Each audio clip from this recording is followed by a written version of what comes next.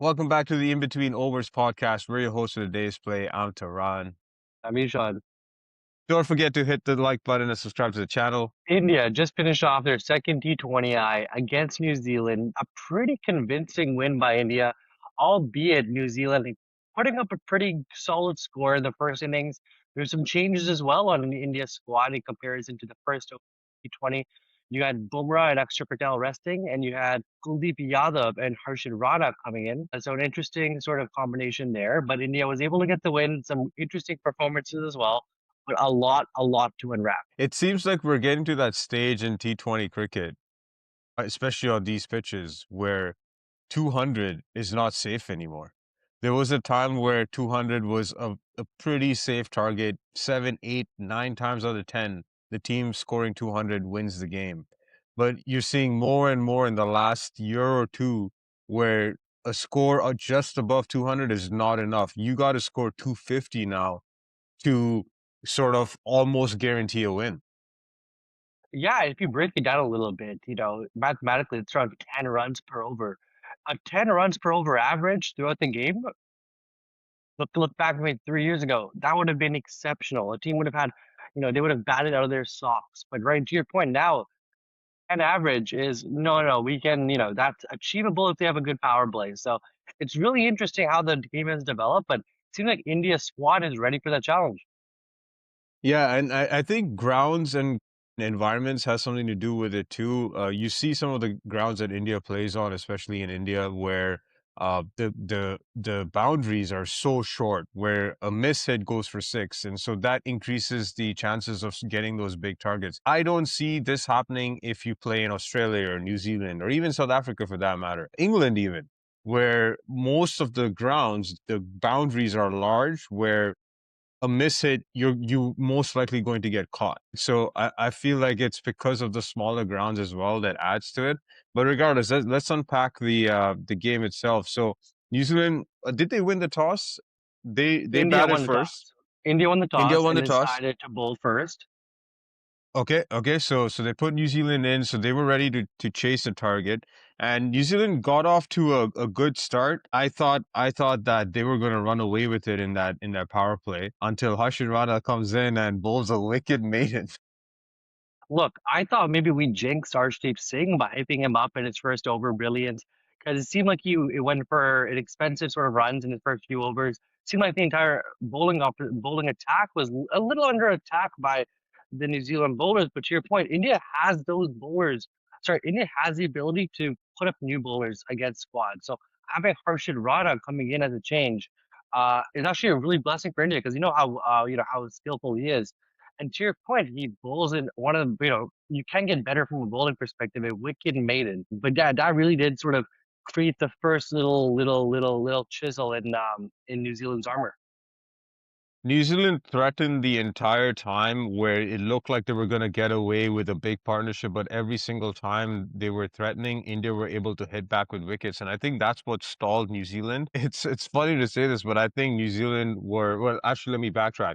Ian Smith said at the end of the chase that New Zealand were probably 15 runs short. I disagree. I think they were 30 to 40 runs short. I think they left 30 to 40 runs on the table there because of the consistent wickets that fell, where you had the partnership between Rachin Ravindra and Glenn Phillips. You felt if they went on for another 3, 4 overs, the platform would have been even bigger for the rest of the lower order to go haywire at the end. But India were able to hit back with consistent wickets every few overs. If you look, 8 over mark wicket, 11 over mark wicket, 12 over mark wicket, 16 over mark wicket. So not a lot of balls for the partnerships to build from, and that I think was the reason why New Zealand ended up 30 to 40 runs short. Yeah, and if you look at sort of the India's bowling attack, they went in with seven. Sorry, they finished the innings with seven people bowling. Six of those individuals got a wicket, barring Abhishek Sharma. And you know how he is, just trying to get an over or two in. So it was a great collective effort from the bowling unit. You saw Kuldeep as well with some emotion during the game. After a second wicket, he began, screaming into the crowd. I think that was partly due to the fact that the spinners have not had the best, like for example, ODI series and low pressure in the T20 series as well. So him getting two wickets, I think, was exceptional. But to your point, it was those reoccurring wickets at those junctures where the partnerships were not able to settle. Perhaps batsmen were able to settle in, but partnerships were not really able to settle in. And to your point, that's what really pushed New Zealand to perhaps get about 30 or 40 runs short. Because if you look at some of the batters, they were batting over 150. They were striking the ball. There's some boundaries as well, but they were getting wickets after a few boundaries. So they just couldn't get going as some of the batters like perhaps Rachin Ravindra did. Yeah, yeah, yeah. Shout out to Rachin Ravindra and Mitchell Santner. I think those two innings stood out to me. Mitchell Santner playing a good finishing hand at the end, and I think his innings was needed because at that point it seemed like New Zealand may not even get to 200, and they were able to do it with a good finish from him at the end and supported by Zach Folks. So they put up 208, and India comes out to bat. All eyes on Abhishek Sharma and Sanju Samson. Got off to a good start with a six, but then six and out for Sanju. Six and out. It was a drop and out. If you remember, he had Oh, pulled yes, it and he dropped yes. it. So, some anti Sanju Samson fans claim he was out twice in that over. It did seem like there was a little pressure on India with those two wickets falling early because of the fact that India, like, for the last few games, have done so well from the opening batsman, specifically Abhishek Sharma. Bulk of the runs coming there, his ability to take on the power play. So I did feel like India was a little under pressure and maybe a little unsure about that chase. At 6 for 2, 100%. 1.1, 6 for 2, chasing over 200. This is where you can make the target tougher when you get early wickets in the power play. And New Zealand did that. They got lucky with Abhishek's wicket, I think. I think he felt he timed it enough. He probably should have added more power to the shot and cleared the boundary. It went straight to the man.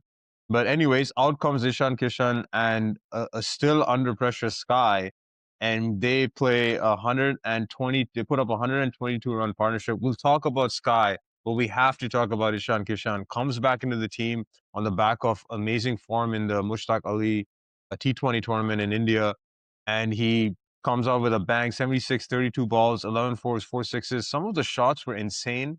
He seems to be a guy that actually relies on power more than time. Well, both timing and power, you definitely need timing, but you can see it in the way his flourish through after he hits it. Like it's not it's not beautiful, if that makes sense. Like it's not elegant, and but he packs a lot of punch behind the shots, and he is not the biggest guy, so he probably needs to pack a punch. I think you raised such an interesting point because it does seem like he is putting that extra effort in when he's hitting the ball.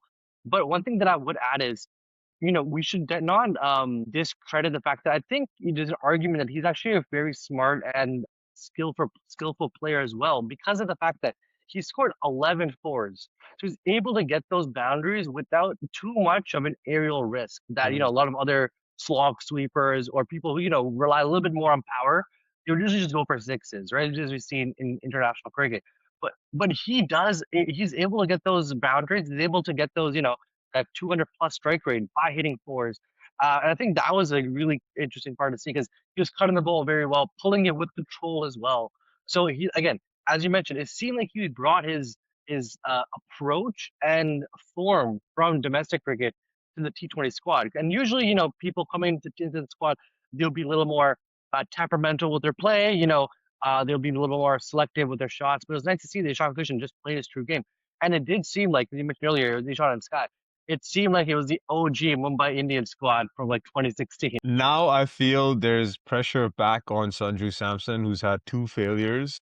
And we know Ishan Kishan is the backup opener in the squad. He's only playing because of Tilak Varma. Well, when Tilak Varma comes back in, what happens now? If Sanju doesn't put up a score, I think his spot's up for grabs again. It's unfortunate to say, but it does seem like that's the case. I think Sanju should be given all remaining opportunities in this series. And if he's able to have one good innings, I think that's your opener for the World Cup. But if he's not performing in the next three innings, then I can definitely see some questions raised for the inclusion of Ishan Kishan if he's performing at the same sort of form he did last game into the opening slot for the T20 World Cup.